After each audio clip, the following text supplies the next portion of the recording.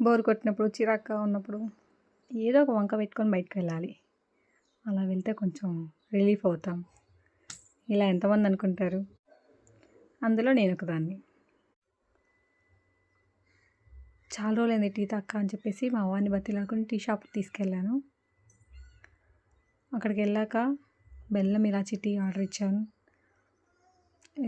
Jug చూడగానే అబ్బో! ఇదేంటి ఇలా ఉందనిపించింది. కానీ టేస్ట్ మాత్రం బావుంది. ఇంత టీ తాగలే అని చెప్పేసి బిస్కెట్స్ కూడా ఆర్డర్ పెట్టాను. బిస్కెట్లతో కొంచెం కవర్ అయిపోతుంది కదా అనేసి. పర్లేదు టీ అయితే బావుంది టేస్ట్. ఇలా ఎంతమంది టైమ్ పాస్ కోసం టీ తాగుతారు? లేదా టీ తాగడం ఇష్టం ఉన్నోళ్ళు ఎంతమంది? కామెంట్ చేయండి. నేను మాత్రం సగం టీ తాగేసాను.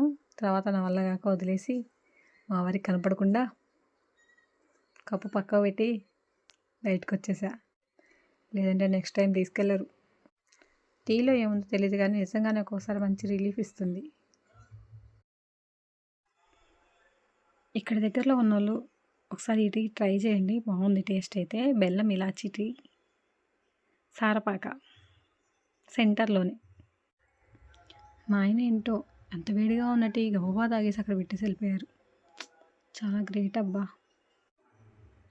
టీని కూడా ఇలా ఆస్వాదిస్తూ తాగుతారని నాకు ఇప్పుడే తెలిసింది.